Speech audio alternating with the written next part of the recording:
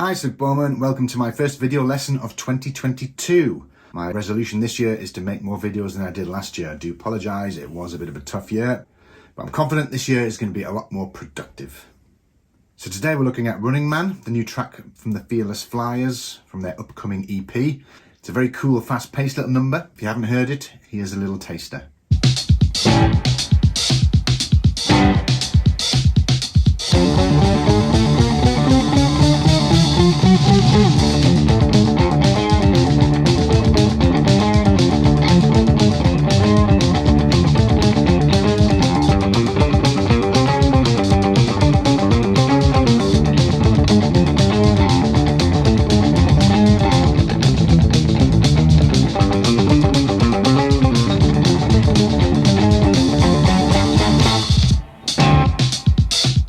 Okay, I'm going to keep this lesson quick. If you do enjoy it, please give it a like and subscribe to my channel if you haven't done already.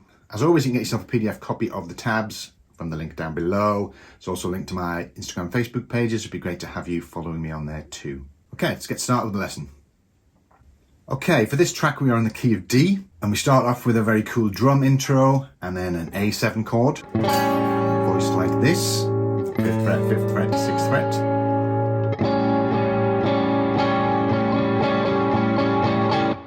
We're going to the main riff. Only time that happens, I think, that chord. Okay, today I will only be looking at the main riff. I'm not looking at Cory's solo, which is kind of like the second half of the song. So we're just looking at the first half of the song, the main riff, and the chords involved. So this song reminds me of an old track called Wipeout, if you've ever heard that. It's kind of a similar thing. The main riff of this song goes like this, which we'll slow down and look at in a second. Basically, that riff continues on the D string, then to the G string,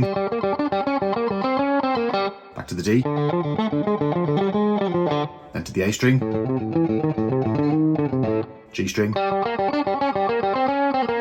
back to the D. So we're going D, G, D, A, G, D. Good news is once you've learned the riff once, you just have to reapply that on different strings. The bad news is that they play it extremely fast and it is not easy. You can see the concentration on their faces in the video, and it's taken me a while to get it up to speed.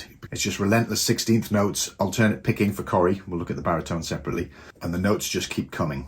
So I would recommend that you start it slowly and build it up. We look at the notes first, then I'll show you the picking pattern.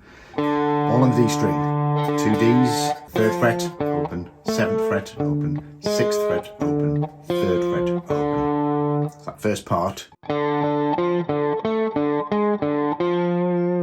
like that, and then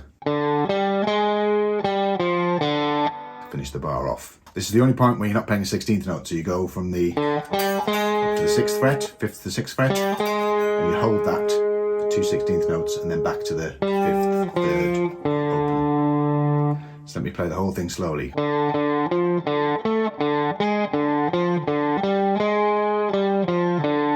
That is the riff.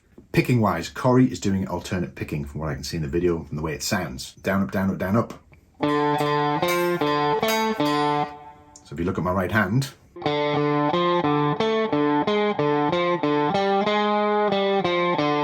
what I figured the best way to do this, because obviously you have that 6th fret which is held for 2 notes, you play the first time you play it with an upstroke. So if you do it like that, but the 6th fret there that you're holding and the 5th fret, both, you want them both to be upstrokes, because then you can start the next bar on the downstroke again. Otherwise, what I found is that if I kept alternating it, then starting the next bar on an upstroke, which kind of threw me for the rest of the bar. So I would say that is the trickiest bit. It's the bit that once you get used to the fingering, the picking wise is the most difficult bit.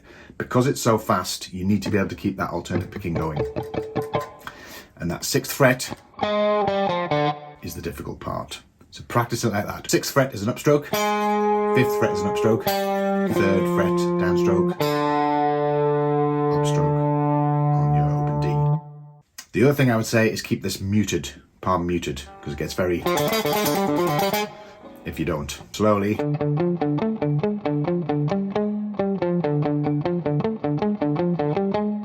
Then build the speed up. It's the main riff. It does exactly the same when we move the G string.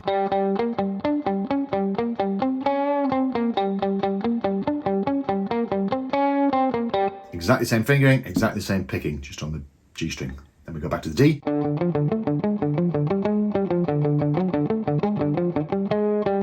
With the 4th fret thrown in there for some reason. And then we go to the A string, exactly the same fingerings, exactly the same picking. Once to the G string. Then back to the D string. So at the end there, you do the A string once, the G string once, the D string once. This is also quite difficult at speed because you're jumping across the strings. So it's quite easy to get them ringing out if you're not keeping it well muted. So start it slowly, learn the fingerings, learn the right hand pattern, and then practice changing the strings on it. The riff ends with that. Now this time I think Cory is pulling them off. So we're on the D string, 3rd fret, pull off to the open, 4th fret, off to the open, 5th fret, open, 6th fret, open, 7th fret. And then we kind of go into the drum solo. Again, very Wipeoutish. So the drum solo, we're just outlining some chords. We'll start with D7.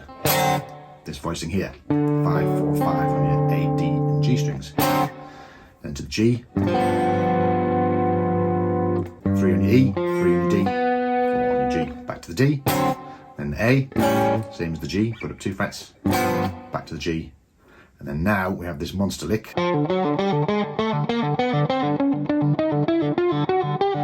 Again, this is hard to do at speed and keep it in time. Keep it muted, but you're pulling off each time rather than alternate picking. It's probably easier.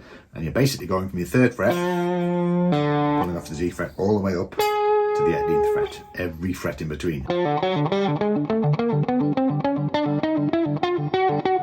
And you get to the top and you mess it up like that.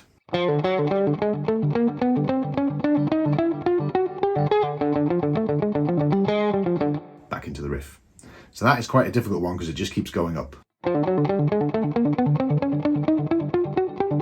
Good practice for your pulling off and your muting though. And then we're back into the main riff and that's pretty much it. It goes around a couple of times and then it goes into Cory's solo.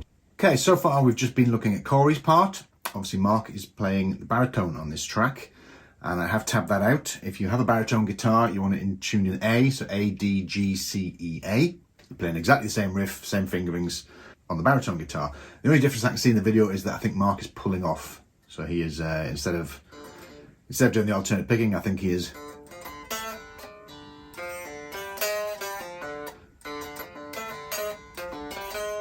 I think he's pulling off. You can either pull off or do it alternate. To be fair, you could do Cory's parts. If you're struggling with the alternate picking, you could pull those off as well. The other option is if you have something like this.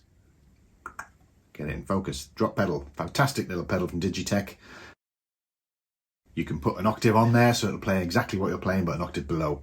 You can obviously do ones in between, but for this track it's perfect. So you can just play as normal on your guitar and it will play the octave below for you, so it makes it sound like there's a baritone playing along with you.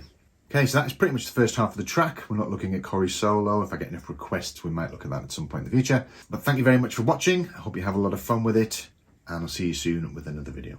Thank you.